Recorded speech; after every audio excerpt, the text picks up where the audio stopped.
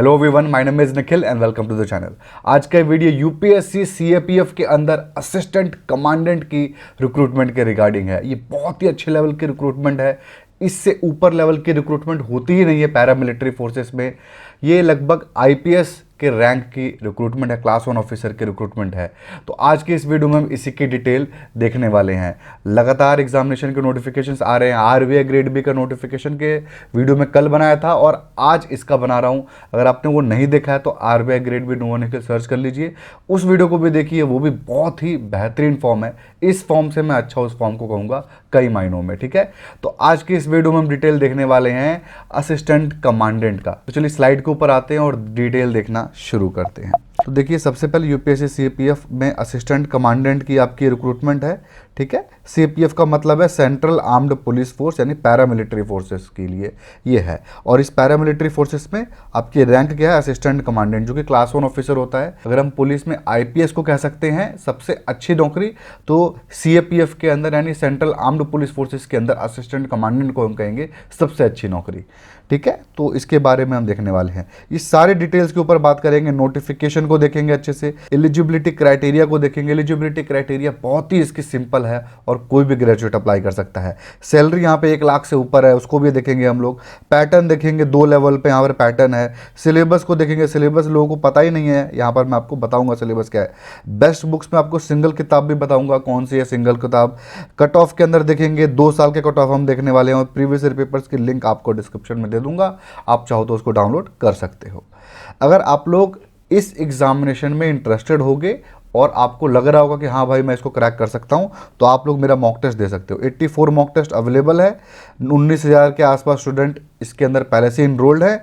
1,36,000 के आसपास टेस्ट पहले से टेकन है। ठीक है, mock test previous year papers, यानी आप पिछले साल के पेपर को भी एज अ मॉक टेस्ट दे सकते हो, करंट अफेयर्स को भी दे सकते हो, सेक्शनल मॉक टेस्ट भी दे सकते हो। और मॉक टेस्ट के अंदर आप फुल फ्लैश मॉक टेस्ट दे सकते हो, जो आपको सामने दिख रहा है। ठीक है, ये एक फ्री मॉक टेस्ट है, आप इसको देख करके, हिंदी इंग्लिश दोनों ही भाषाओं में अवेलेबल है, आप इसको देख करके आप अपना एग्जामिनेशन का लेवल देख सकते हो और अपना भी लेवल जांच कर सकते हो। ठीक है, प्राइस की बात करें तो देख सकते हैं मात्र 99 रुपये में अवेलेबल है ये 30 दिन के लिए।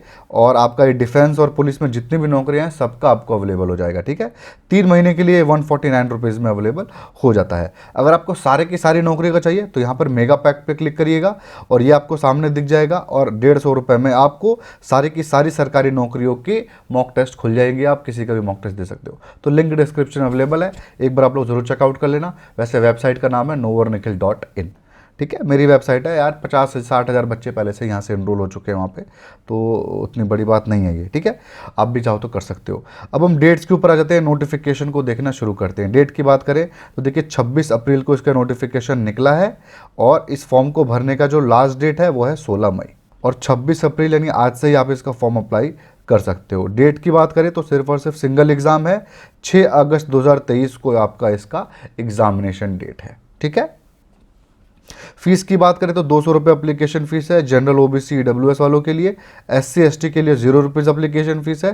फीमेल किसी भी कैटेगरी की हो तो 0 रुपीज़ अप्लीकेशन फीस है। फिजिकली हैंडीकैप्ड बच्चे इस फॉर्म को अप्लाई नहीं कर सकते। वर्दी की नौकरी है, पुलिस की नौकरी है। अच्छा, आपको यहाँ पे मुझे लग रहा है कि पता नहीं होगा इस नौकरी के बारे में, हल्का सा स्लाइटली ब्रीफ आपको दे देता हूँ। सीएपीएफ का मतलब बता चुका हूँ, सेंट्रल आर्म्ड पुलिस फोर्सेस, जो कि पैरामिलिट्री फोर्सेस है। होता क्या है कि हमारे देश में एक तो सेंट्रल गवर्नमेंट के अंदर डायरेक्ट मिलिट्री आती है, एयरफोर्स आती है, नेवी आती है और कोस्ट गार्ड भी आती है। ये मिनिस्ट्री ऑफ डिफेंस के अंदर आ जाता है। ये हमारी मेन सेंट्रल गवर्नमेंट की फोर्सेस हो गई, जो कि हमेशा तैनात रहती है। तो ये हो गई आपकी सेंट्रल गवर्नमेंट की। अब आ जाते हैं हम लोग स्टेट गवर्नमेंट पे। स्टेट गवर्नमेंट के लेवल पे होता है जो हमारा नॉर्मल स्टेट पुलिस होती है ना, वो जैसे आपका हरियाणा पुलिस, दिल्ली पुलिस, आपका जम्मू कश्मीर पुलिस, ये सारे की सारी पुलिस हमारी राज्य सरकार की होती है, राज्य सरकार के अंदर में आती है। ठीक है, लेकिन इन सब के बीच में एक होती है पैरामिलिट्री फोर्सेस, यानी अर्धसैनिक बल। ऐसी फोर्सेस जो कि ज़रूरत के वक्त पे काम आती है या फिर सेंट्रल गवर्नमेंट की जो भी फैसिलिटीज़ है उनकी सुरक्षा सुरक्षा में काम आती है, एयरपोर्ट की सुरक्षा में काम आती है, मेट्रो स्टेशन की सुरक्षा में काम आती है, मॉन्यूमेंट्स की सुरक्षा में काम आती है।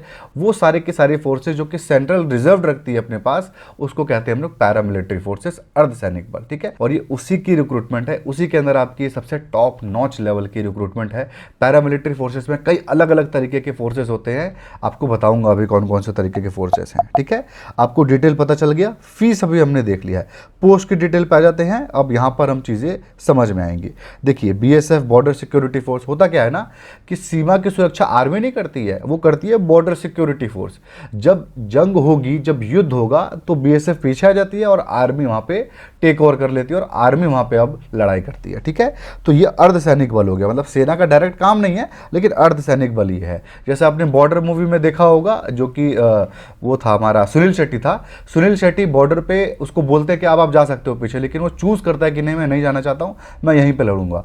तो बीएसएफ का असिस्टेंट कमांडेंट ही होता है वहाँ पे। ठीक है, आपको समझ में आया? तो इसलिए बीएसएफ का असिस्टेंट कमांडेंट आप बनोगे यहाँ पर, यानी आप सुनील शेट्टी बनोगे बॉर्डर मूवी का। ठीक है, 86 पोस्ट है आपकी बीएसएफ में। उसके बाद सीआरपीएफ है आपका, सेंट्रल रिजर्व पुलिस फोर्स, 55 है। आप देखते हो कि दंगे वंगे हो गए ना, सीआरपीएफ को भेज देते हैं। सीआईएसएफ आपका हो गया सेंट्रल इंडस्ट्रियल सिक्योरिटी फोर्स, सबसे ज़्यादा कट ऑफ इसी का जाता है और सबसे अच्छी नौकरी यहाँ पर इसी को माना जाता है। क्यों? क्योंकि ये लोग एयरपोर्ट पर रहते हैं, एयरपोर्ट की जो सुरक्षा होती है सीआईएसएफ करती है, मेट्रो की सुरक्षा सीआईएसएफ करती है। आपका अगर जो कमांडेंट आप बनोगे ना, असिस्टेंट कमांडेंट, तो लगभग अगर आप छोटा को एयरपोर्ट है तो कमांडेंट ही उसका हेड हो जाता है। ठीक है, एक प्रमोशन आप ले लोगे तो पूरे के पूरे एयरपोर्ट के इंचार्ज हो जाओगे। और अगर आप दिल्ली में हो तो जो 5-7 आपके मेट्रो स्टेशन है, आप उसके हेड होगे। ठीक है, तो सीएसएफ को सबसे अच्छी नौकरी मानते हैं। आपके ताजमहल की भी सुरक्षा सीएसएफ करती है, तो सीएसएफ को सबसे अच्छा नौकरी माना जाता है इसके अंदर। ठीक है, उसके बाद आपका आईटीबीपी यानी Indo Tibetan border police force, मेरे हिसाब से थोड़ी सी टफ नौकरी है, 60 पोस्ट आपके इसके हैं। उसके बाद है आपका सशस्त्र सीमा बल एसएसबी, 30 पोस्ट, ये भी नौकरी ठीक है। मेरे हिसाब से सबसे टफ नौकरी इसके अंदर बीएसएफ की मानता हूं, और मैं आईटीबीपी की तो सबसे ज़्यादा ऊपर मानता हूं। ठीक है, तो आपका ये हो गया। इसके अंदर जो भी पोस्ट है 10% आपके एक्स सर्विसमैन के लिए रिजर्व्ड है, तो एक्स सर्विसमैन के लिए बहुत अच्छी बात है, कट ऑफ भी कम जाता है।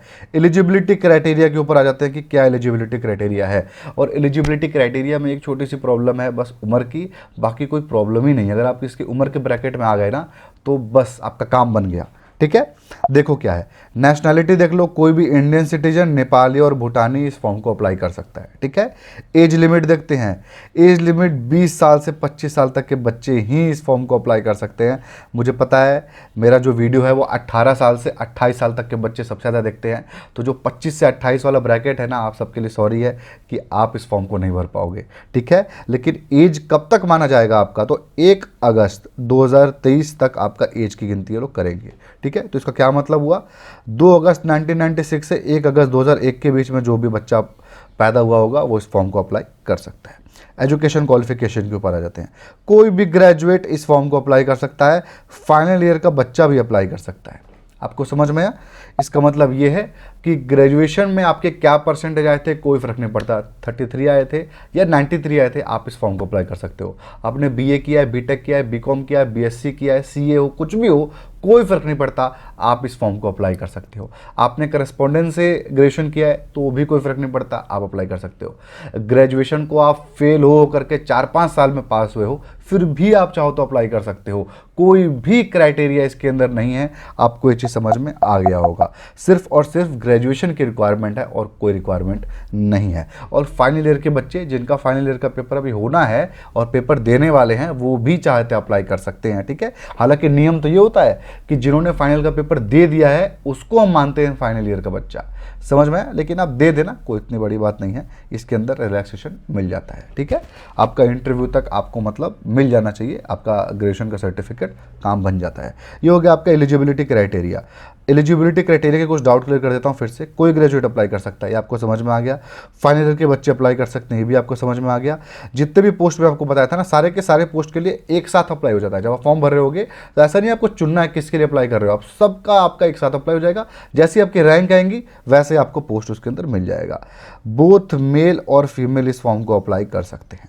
समझ में आया आपको? चलिए आगे बढ़ते हैं। अब हम देख लेते हैं एलिजिबिलिटी क्राइटेरिया में हमारा फिजिकल स्टैंडर्ड को देख लेते हैं। मेल की हाइट 165 सेंटीमीटर, फीमेल की 157 सेंटीमीटर चाहिए, मेल का चेस्ट 81 सेंटीमीटर चाहिए और 5 सेंटीमीटर फूलता होना चाहिए। फीमेल के लिए ऐसे कोई रिक्वायरमेंट नहीं है। मेल का वेट कम से कम 50 kg होना चाहिए और फीमेल का कम से कम 46 होना चाहिए। और आपके जो BMI है ना वो मेंटेन होना चाहिए, नहीं कि 50 के ऊपर मतलब 100 हो गया आपका, BMI मेंटेन होना चाहिए आपका, ठीक है। और वही चीज़ यहाँ पर लिखा हुआ है कि हाइट और वेट के हिसाब से आपका वेट होना चाहिए। और आई साइड भी आप देख लो और यहाँ पर, ठीक है। और आपको ये नीचे वाली चीज़ें भी देख सकते हो। तो आप मेडिकल में अगर कोई प्रॉब्लम होगा तो आप यहाँ पर आपको देख करके खुद ही समझ में आ जाएगा। प्रॉब्लम नहीं होगा तो इसका मतलब आपको कुछ समझ में भी नहीं आएगा, तो समझ में नहीं आएगा तो इसका मतलब प्रॉब्लम है ही नहीं। होता तो आपको समझ में आ ही जाता, आप खुद ही सर्च कर लिए होते। तो बहुत सिंपल सी बात है यहाँ पे, ठीक है ना। तो ये हो गया मेडिकल वाला पॉइंट हमारा सारा। तो भाई अब इस वीडियो को आप लाइक करो यार, और चैनल को भी सब्सक्राइब करो, ऐसे वीडियोस और देखने होंगे तो, है ना। और बहुत सारे वीडियो चलते रहते हैं यहाँ पे। हाँ, यूपीएससी ईपीएफओ का क्लासेस चल रही हैं, और यूपीएससी ईपीएफओ वाले अगर स्टूडेंट हो ना आप मेरे, तो इस फॉर्म के लिए भर तो दो भले, लेकिन तैयारी मत करना फुल फ्लेज। आपको बताऊंगा वैसे पैटर्न के अंदर, पर ईपीएफओ की तैयारी ही करना आप मेन। ईपीएफओ कभी कभी आता है 3-4 साल में, ये हर साल आता है, फिर अगले साल आ जाएगा। तो ईपीएफओ वाले जो बच्चे हैं वो ईपीएफओ को ही प्रेफरेंस रखें, इसको ना रखें, ठीक है।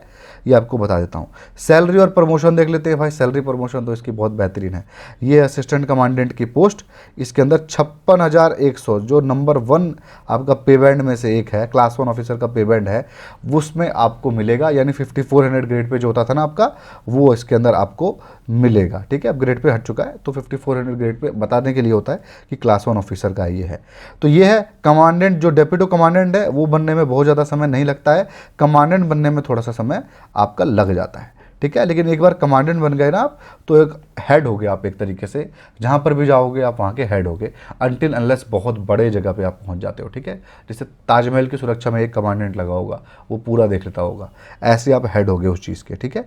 और ये आपका प्रमोशन का एज के ऊपर है, कहाँ तक आप पहुँच सकते हो, कोई लिमिट ही नहीं है। आप डायरेक्टर जनरल बन सकते हो, यानी डीजीपी बन सकते हो। जैसे बीएसएफ के डीजीपी हो जाओगे आप, सीएसएफ के डीजीपी हो जाओगे, पूरे के पूरे कंट्री के आप हेड हो जाओगे।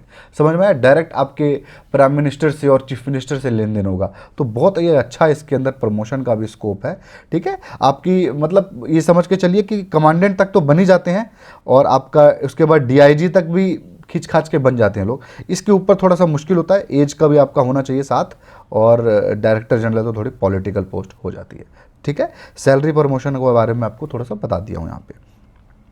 और हाँ, आपको बता दो 56,000 ये है ना, ये सैलरी इतनी नहीं मिलेगी। हाँ, आपके हाथ में तो 1 लाख मिलेगी सैलरी, ठीक है ना। 1 लाख प्लस आपको सैलरी मिलेगी इसके अंदर, ठीक है। आरबीआई ग्रेड भी से थोड़ी सी कम होगी, लेकिन आपकी लगभग लपेट में 1 लाख के आसपास सैलरी आ जाएगी, ठीक है। नेक्स्ट पे आते हैं। नेक्स्ट हमारा एग्जामिनेशन पैटर्न, कि आखिर भाई कौन कौन से प्रोसेस से गुजर के यहाँ नौकरी लगने वाली है। तो एग्जामिनेशन का नेम यही लिखा हुआ है, कंडक्टिंग बॉडी है यूपीएससी। और सिलेक्शन का प्रोसेस यहाँ देख लो, 3 राउंड के अंदर आपका है सिलेक्शन। सबसे पहला है रिटन टेस्ट, उसके बाद है आपका फिजिकल टेस्ट, उसके बाद है आपका इंटरव्यू, ठीक है। रिटन टेस्ट में 1/3 की नेगेटिव मार्किंग भी आपकी होगी। अब हम आ जाते हैं यहाँ पे पेपर 1 पेपर 2, 2 पेपर होगा, दोनों के दोनों एक ही दिन आपके पेपर हो जाएंगे। समझ में आया आपको? पेपर 1 होगा 200 क्वेश्चन, पेपर 2 होगा 6 क्वेश्चन। ये 6 क्वेश्चन के 6 क्वेश्चन आपके डिस्क्रिप्टिव होंगे, ठीक है। एमसीक्यू टाइप क्या होगा, तो यहाँ पर लिख दिया एमसीक्यू, और ये होगा आपका डिस्क्रिप्टिव। ड्यूरेशन क्या होगा, यहाँ पे 2 घंटा मिलेगा, यहाँ पे 3 घंटा मिलेगा। ये 250 मार्क्स का है, ये आपका 200 मार्क्स का है डिस्क्रिप्टिव वाला। पेपर 1 पेपर 2 दोनों एक ही दिन में हो जाएंगे, ये चीज़ यहाँ लिखी हुई है। पेपर 1 आपका होगा सुबह 10 बजे से 12 बजे तक, उसके बाद आपको 2 घंटा आराम करने के लिए मिलेगा, और उसके बाद 2 बजे से 5 बजे तक फिर आपका ये पेपर लेंगे। मैंने आपको ईपीएफओ में बताया था कि यूपीएससी को आदत है एक दिन में 2 पेपर लेने की, तो इसीलिए ईपीएफओ के अंदर भी उसने ये चीज़ कर दिया है, ठीक है। और आपका एग्जामिनेशन डेट तो आपको पता ही है, 6 अगस्त है आपका एग्जामिनेशन डेट। तो आप इस फॉर्म को भर रहे हो, तो ईपीएफओ के बाद भी आपको 1 महीना मिलने वाला है, ठीक है। तो डिस्क्रिप्टिव की तैयारी आपकी उस 1 महीने में आप कर सकते हो। अब हम आ जाते हैं पेपर 1 में आखिर क्या होगा। तो पेपर 1 में देखिए ये चीज़ें होंगी। पेपर 1 के अंदर जनरल मेंटल एबिलिटी के अंदर आपका हो गया रीजनिंग का क्वेश्चन और क्वांट का क्वेश्चन। उसके बाद जनरल साइंस के अंदर थोड़ा सा आपका जनरल साइंस का क्वेश्चन आएगा, ज़्यादा ऊपर लेवल का नहीं आएगा, थोड़े नॉर्मल लेवल का ही आपका सब कुछ आएगा। उसके बाद ये जितना भी ये सारा आपका जनरल अवेयरनेस का पार्ट है, जो कि ईपीएफओ में भी कॉमन है। ईपीएफओ में तो आपका ये सारा का सारा ही कॉमन है, सारा का सारा ही पढ़ना है, ठीक है। और आपका जो ईपीएफओ में पढ़ रहे होगे, यहाँ पर आपका डायरेक्टली पूरा का पूरा काम आ जाएगा। बट ये वाला जो पार्ट है आपका पूरा का पूरा जनरल स्टडीज़ का पार्ट है। 3, 4, 5, 6 ये जो आपके टॉपिक है। ठीक है, तो ये हो गया हमारा पेपर 1। पेपर 1 के 200 क्वेश्चन जो है ना वो इसी में से आएंगे। पेपर 2 के ऊपर आते हैं अब हम लोग। पेपर 2 को देखते हैं। पेपर 2 में आपका 2 पार्ट है, एक है आपका जनरल स्टडीज़ का ऐसे और दूसरा आपका है डिस्क्रिप्टिव इंग्लिश। आपने अगर यूपीएससी का सुना होगा, यानी आईएएस का जो एग्जामिनेशन होता है उसका सुना होगा, उसके अंदर ऐसे लिखना होता है, उसके अंदर जैसा ऐसे लिखना होता है ना, यहाँ पर भी सेम उसी पैटर्न में होता है। आपको टॉपिक दिया जाएगा, उसी टॉपिक में से आपको चुन करके ऐसे लिखना होगा। ठीक है, तो 2 आपके क्वेश्चन होंगे जो आपको अटेम्प्ट करना पड़ेगा, 2 ऐसे आपको करने पड़ेंगे। इंग्लिश और हिंदी दोनों ही भाषा आपको वहाँ पे अवेलेबल होगी। 1 घंटा आपको टोटल समय मिलेगा, 80 मार्क्स का आपका ये होगा। ठीक है, उसके बाद आपके 4 क्वेश्चन इंग्लिश के आपको करने पड़ेंगे, जो कि सिर्फ और सिर्फ इंग्लिश भाषा में आप कर सकते हो। 2 घंटा आपको समय मिलेगा, ये 120 मार्क्स का होगा। ये डिस्क्रिप्टिव के अंदर ना कॉम्प्रिहेंसिव के भी क्वेश्चन आ सकते हैं, कुछ भी कई कई तरह के क्वेश्चन आ सकते हैं, बट मोस्टली ऐसे लेटर राइटिंग इस टाइप के क्वेश्चन ही होते हैं। ठीक है, तो ये आपका हो गया पेपर 2। पेपर 2 के बाद देख लेते हैं फिजिकल टेस्ट। फिजिकल टेस्ट में क्या होगा, तो मेल और फीमेल का अलग अलग है। 100 मीटर रेस होगी 16 सेकंड में, जो कि बहुत आसान है। फीमेल को 18 सेकंड में करना है, बहुत आसान है, इसमें तो कोई बात ही नहीं है। 800 मीटर भी आपको करना है 3 मिनट 45 सेकंड में, और 4 मिनट 45 सेकंड में फीमेल को करना है, ये भी नॉर्मल होता है। लॉन्ग जंप भी नॉर्मल है, हाइट जंप इसके अंदर है ही नहीं, तो हाइट जंप में प्रॉब्लम होती है, बाकी कहीं प्रॉब्लम होती नहीं है। लॉन्ग जंप 3.5 मीटर है, 3 मीटर फीमेल के लिए है, और 3 चांस में आपको करना होता है। शॉर्ट पुट आपका है 7.5 kg लगभग फेंकना पड़ेगा, 4.5 मीटर। कमजोर हो थोड़ा सा तो ये प्रॉब्लम हो सकता है, बट इतना कोई बड़ी बात नहीं है, ईंट उठा उठा कर फेंकते रहो खेत में जाकर के, आप हो जाएगा आपका ये भी, है ना। फीमेल के लिए ये चीज़ नहीं है, शॉर्ट पुट को कुछ भी रिक्वायरमेंट नहीं है। ठीक है, इसके बाद जो सारा प्रोसेस आपका हो जाएगा तो आपका इंटरव्यू होगा। ये आपका फिजिकल एग्जाम हो जाएगा, यानी आपका मेडिकल टेस्ट हो जाएगा, फिजिकल हो जाएगा, लास्ट में आपका इंटरव्यू होगा। इंटरव्यू 150 मार्क्स का होगा, और सब कुछ मेडिकल टेस्ट वगैरह सब कुछ के बाद आपका ये लोग इंटरव्यू लेंगे। तो आप सब कुछ मतलब सेट हो गया, आपका सब कुछ फिट हो गया तो ठीक है। तो ये हो गया हमारा सारा का सारा प्रोसेस। बस इंटरव्यू के बाद आपका मेरिट लिस्ट में जिसकी नाम आएगी उसका नौकरी लग जाएगा, बहुत सिंपल है। किताब के बारे में बात करते हैं कि बेस्ट बुक कौन सी है इस नौकरी के लिए। तो देखिए, मार्केट में सिंगल किताब के नाम पे कोई किताब अवेलेबल ही नहीं है, एक किताब को छोड़ करके। ये दिशा पब्लिकेशन वालों ने निकाला हुआ है, असिस्टेंट कमांडेंट की पोस्ट है, गाइड टू यूपीएससी सीएपीएफ। ठीक है, पेपर 1 और पेपर 2 दोनों का ही यहाँ पे है। मैं स्क्रीन से हट जाता हूँ ताकि आपको यहाँ दिखा सकूँ। अब ध्यान से देखो यहाँ पर क्या है।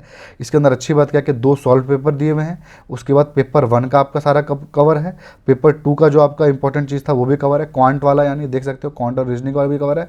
और मेन चीज़ देखो, पेपर 2 का ऐसे writing, report writing, comprehension, grammar, सारा ये कवर है।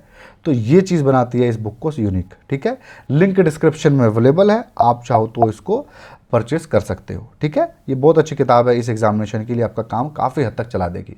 लेकिन इसके अलावा भी कुछ पढ़ना पड़ेगा, सिर्फ इस किताब से आपका पूरा नहीं हो सकता जनरल अवेयरनेस का पार्ट। ठीक है, क्योंकि जनरल अवेयरनेस के अंदर भी आपको कुछ किताबें लेनी पड़ेगी। आप सिंगल सिंगल किताब ले लो तभी भी लेनी पड़ेगी। इसके साथ क्या होगा कि आपको रीजनिंग की, क्वांट की, ये सब करने की जरूरत नहीं है, नाटक। आपको बेसिक सिलेबस समझने की ये किताब से सब कुछ आपका काम चल जाएगा। बस आपको जनरल स्टडीज़ की एक आध किताब और लेनी पड़ेगी। तो ये हो गई सिंगल वाली किताब। अब हम आ जाते हैं प्रैक्टिस सेट के ऊपर। प्रैक्टिस सेट चाहिए तो 11 साल का प्रीवियस ईयर पेपर्स यहाँ पे अवेलेबल है, इसकी भी लिंक डिस्क्रिप्शन में अवेलेबल है, आप चाहो तो परचेस कर सकते हो। ठीक है, तो नेक्स्ट हम लोग आते हैं सिंगल सिंगल किताब के ऊपर। आपको मतलब कि एक किताब नहीं चाहिए, अलग अलग किताबें आपको परचेस करनी है, क्योंकि आपको कई एग्जामिनेशन की तैयारी करनी है। तो ठीक है, यहाँ आ जाइए आप। रीजनिंग के लिए वैसे ये किताब यहाँ पे मोर देन एनफ है, ये वर्बल नॉन वर्बल मत लेना। अगर आप आरबीआई ग्रेड बी की तैयारी कर रहे होगे ना, तब आप ये ले लेना, इससे आपको दोनों का काम चल जाएगा, ये भी और ग्रेड बी भी। और रीजनिंग का ये वाला किताब तब लेना जब आप एसएससी की ईपीएफओ की तैयारी कर रहे होगे। उसके बाद क्वांट के लिए किताब मोर देन सफिशिएंट है, आप इसका अच्छे आपका काम चल जाएगा। ये कंप्यूटर किताब रहने देना, ये मत लेना, यहाँ पर मैं क्रॉस लगा दे रहा हूँ। ठीक है, क्वांट की किताब आपका ये बहुत है, मोर देन एनफ है इस एग्जामिनेशन के लिए। इंग्लिश के अंदर ये दोनों ही किताबें बेहतरीन है, जो सस्ती हो ले लेना, लिंक डिस्क्रिप्शन में आपको दोनों का दे दूंगा। जनरल नॉलेज के लिए लूसेंट की किताब एक आप परचेस कर ही लो, क्योंकि उसके अंदर जनरल साइंस और सब कुछ थोड़ा थोड़ा दिया होता है, तो आपको एक बार तो रीड करनी चाहिए। किताब बहुत फैक्चुअल किताब है। ठीक है, इसके बाद हम आ जाते हैं अब सिंगल सिंगल किताब जो आपको लेनी है, क्योंकि ऐसे लिखना है यहाँ पे, और जनरल स्टडीज़ का काफ़ी इंपॉर्टेंस है, तो इसकी वजह से आपको सिंगल किताब लेनी ही पड़ेगी, लेके चलिए।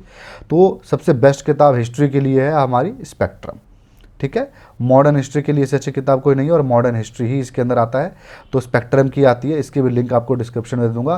कोई भी जो आईएएस बनता है ना, वो मोस्टली इसको पढ़े ही होते हैं, ऐसा कोई नहीं होता जो इस किताब को ना पढ़ा, और 99% हर कोई पढ़ता है। तो ये किताब बहुत फेमस किताब है, ऐसा नहीं है कि मेरे बताने का मोहताज है ये बुक। ठीक है, स्पेक्ट्रम। और नेक्स्ट किताब भी हमारी पॉलिटी की, एम लक्ष्मीकांत की ये किताब है, रामबाण किताब है, पॉलिटी के लिए मतलब इसको बाइबल माना जाता है पॉलिटी का। तो लोग इसको मतलब रेफरेंस देते हैं इस किताब का। मैं कई बार देखा हूँ टीवी डिबेट में लोग रेफरेंस देते हुए इस किताब का, जो मिनिस्टर्स होते हैं वो। तो एक अच्छी किताब है, इसमें कोई डाउट नहीं है। और ये किताब आप तब लेना जब आप सीरियस बच्चे हो, वरना लेके क्या करोगे, क्योंकि ये किताब आपके ईपीएफओ में भी काम आएंगी, वैसे आपके हर जगह पे किताबें काम आएंगी, और यहाँ पर तो आपको काम आएंगी ही आएंगी। तो ये 2 किताबें प्लस वो सिंगल किताब ले लोगे ना, तो भी आपका काम चल जाएगा। ठीक है, तो ये हो गया। बाकी अब आ जाते हैं हम लोग सिलेबस के ऊपर। सिलेबस देख लेते हैं। सिलेबस आप देख लो क्या है। जनरल स्टडीज़ का ये हमारा सिलेबस है, आपको बता ही दिया था, और एसए का हमारा ये है। अब हम लोग डिटेल में देख लेते हैं। तो पॉलिटी के अंदर आप देख लो, ये सारा चीज़ें आपको पढ़ना है, आप स्क्रीनशॉट ले लेना, और वैसे लिंक डिस्क्रिप्शन में अवेलेबल ही है, अप्लाई करने का भी, नोटिफिकेशन डाउनलोड करने का भी, और इस पीडीएफ को भी डाउनलोड करने का भी। ठीक है, पॉलिटी हो गया। हिस्ट्री का भी आप लोग देख लो, सारा हिस्ट्री का ये सारा चीज़ आपको इंपॉर्टेंट है, और ये सारा चीज़ें पढ़ना भी है, ये आपको मॉडर्न हिस्ट्री में आता है। ठीक है, इसके बाद आपका इंडिया एंड वर्ल्ड ज्योग्राफी का जो पार्ट है वो आप यहाँ से देख लो, या आप लूसेंट से पढ़ सकते हो। लूसेंट से में काफ़ी अच्छे तरीके से चीज़ें दी हुई हैं। ठीक है, बाकी आप प्रैक्टिस क्वेश्चन करना सेक्शन वाइज। जो अगर मेरा मॉक टेस्ट हो गया, किसी का भी लोगे, सेक्शन वाइज ज्योग्राफी का, पॉलिटी का, सबका मारना उसके अंदर क्वेश्चन। ठीक है, इसके बाद करंट अफेयर्स में इंपॉर्टेंट टॉपिक है आपके culture, music, art, literature, sports, governance, society and development issues, industries, business and globalisation. Current affairs का आपको बता दूं मैं कि current affairs, daily current affairs मेरे टेलीग्राम पे अपडेट होता रहता है। डेली करंट अफेयर्स होता है, और डेली वोकैब भी होता है, और डेली जीके। रोज रात के 8:30 बजे डेली जीके हम लोग क्विज लेते हैं, जो कि किसी करंट टॉपिक पे होता है, या फिर किसी एग्जामिनेशन पे फोकस किसी एक टॉपिक पे होता है। जैसे पॉलिटी के ऊपर हो सकता है कोई जीके हो जाए हमारा, हो सकता है कि हिस्ट्री के ऊपर जीके हो जाए, और करंट अफेयर्स के ऊपर हो जाए। तो रोज रात के 8:30 बजे हमारे टेलीग्राम पे जीके होता है। लिंक डिस्क्रिप्शन में है, टेलीग्राम पे फॉलो कर लो, और नो निखिल सर्च करना। 34,000 प्लस आपको सब्सक्राइबर्स दिख जाएंगे, आप उस पेज को फॉलो कर लेना। डेली करंट अफेयर्स मिलते हैं, किताबें भी वहाँ पर हम पब्लिश करते रहते हैं, हर एक चीज़ वहाँ पर मिल रहा है। कोई डाउट ही नहीं है, ऐसे कोई चीज़ नहीं है जो वहाँ पे ना मिलती हो, है ना। तो हर एक चीज़ वहाँ पे आपकी अवेलेबल है, तो आप डेफिनेटली टेलीग्राम पे फॉलो कर सकते हो। तो ये हो गया। हाँ, ऐसे के लिए ये सारे टॉपिक इंपॉर्टेंट है। मॉडर्न इंडियन हिस्ट्री का आपका आ जाएगा, freedom struggle, geography, polity, economy, मतलब इन सब में से ऐसे आपके ऑप्शंस होंगे कई सारे क्वेश्चंस के ना, तो अलग अलग टॉपिक से होंगे, उसमें से आप अपना अच्छा टॉपिक निकाल करके आप उसके ऊपर लिख सकते हो। ठीक है, और 120 मार्क्स का ये टॉपिक है, ये सारा मैंने आपको पहले भी दिखा चुका हूँ। ठीक है, इसके बाद हम कट ऑफ पे आ जाते हैं। कट ऑफ बहुत ही इंटरेस्टिंग है, क्योंकि लास्ट 2 साल से इसका कट ऑफ यूपीएससी निकाली नहीं है। मैं स्क्रीन से हट जाता हूँ ताकि आपको चीज़ें दिख पाएँ। तो हम लोग इसलिए 2020 का कट ऑफ देख रहे हैं, क्योंकि 21 और 22 का कट ऑफ अभी तक निकाली नहीं है। जो कट ऑफ आपको दिख रहा होगा ना, सीआईएसएफ वाला कट ऑफ है, वो मत पढ़ने लगना, वो कट ऑफ नहीं लगेगा यहाँ पे। ये सीआईएसएफ की रिक्रूटमेंट नहीं है, सीआईएसएफ के अलग से भी कभी कभी लेती है, लेकिन ये हमारा सिर्फ और सिर्फ सीएपीएफ का है। मतलब नाम सिर्फ और सिर्फ सीएपीएफ लिखा होगा, तभी आप समझना कि ये सीएपीएफ वाला है हमारा। ठीक है ना। तो आ जाते हैं हम लोग 2020 के कट ऑफ के ऊपर। कट ऑफ आप देख सकते हो, जनरल कैटेगरी वगैरह वाइज यहाँ पे लिखा हुआ, वैकेंसी भी लिखा हुआ है, 210 वैकेंसी थी। तो हम देख सकते हैं यहाँ पे, हाँ, पेपर 1 का आप लोग देख लो, कट ऑफ 117 नंबर था, है ना। तो ओबीसी का भी देख लो 110 था, सॉरी ईडब्ल्यूएस का, ओबीसी का 117 था, 101 एससी एसटी 99, और एक्स सर्विसमैन का मात्र 25 नंबर है। तो एक्स सर्विसमैन के तो बल्ले बल्ले हैं, लगा के चलो आप यहाँ पे। ठीक है, सीट भी रिजर्व है। अब आपका पेपर 2 का वेटेज मिलाने के बाद ये बन जाता है, और मेरिट लिस्ट में कम से कम 325 नंबर वाला ही बच्चा पास हो रहा है, मतलब सिलेक्शन उसका हो रहा है। ठीक है, और ये आपका रिजर्व लिस्ट के बारे में लिखा गया है। 2019 का भी कट ऑफ एक बार हम लोग देख लेते हैं। तो 2019 में आपका 330 सीट था, जितना इस बार है। और आप कट ऑफ देखो, बहुत ज़्यादा बदलाव नहीं है। जनरल का 117 पिछली बार भी था, इस बार भी 117 ही है। मतलब इसके अगली बार 117 हुआ, कम सीट्स पे भी, और इस बार भी मतलब 117 ही है। तो हमारा इस बार भी हम लेके चलेंगे 120 के आसपास कट ऑफ हो सकता है जनरल का। इसी के आसपास आपका कट ऑफ होगा, 2-4 नंबर आगे पीछे, देख रहे हो ना। और ये पेपर 1-2 दोनों को मिला करके है, और ये मेरिट लिस्ट में फाइनल कट ऑफ है। तो आपका ये है 19 का और 20 का कट ऑफ हमने देख लिया है। ठीक है, कुछ आपके डाउट आते हैं क्या एक से ज़्यादा पोस्ट के लिए अप्लाई कर सकते हैं? बिल्कुल, एक साथ सारे पोस्ट के लिए अप्लाई हो जाता है, कुछ चुनना नहीं है इसके अंदर। क्या डिफरेंट स्टेट से अप्लाई कर सकते हैं? किसी भी स्टेट का इसके अंदर कोई फ़र्क नहीं पड़ता, आप कहीं से अप्लाई कर सकते हो। फाइनल ईयर के बच्चे अप्लाई कर सकते हैं क्या? बिल्कुल अप्लाई कर सकते हैं। सब डाउट मैंने आपका क्लियर कर दिया, मुझे लगता नहीं है कोई डाउट आपका बचा होना चाहिए। ठीक है, लिंक डिस्क्रिप्शन में अवेलेबल है। नोटिफिकेशन डाउनलोड करिए, अप्लाई ऑनलाइन करिए, पीडीएफ को डाउनलोड करिए, सिलेबस डाउनलोड करिए, प्रीवियस ईयर पेपर्स डाउनलोड करिए, कट ऑफ डाउनलोड करिए, कुछ भी डाउनलोड करिए जो भी स्क्रीन पर मैं आपको आज दिखाया हूँ। ठीक है, तो बस ये था आज की वीडियो में। आई होप आपको इस वीडियो से फ़ायदा मिला होगा। फ़ायदा मिला तो वीडियो को लाइक ज़रूर करें, कमेंट करें अपने डाउट को, और अगर आपको ऐसे और वीडियो देखने होंगे तो अपने चैनल को भी जरूर सब्सक्राइब करें। Thank you.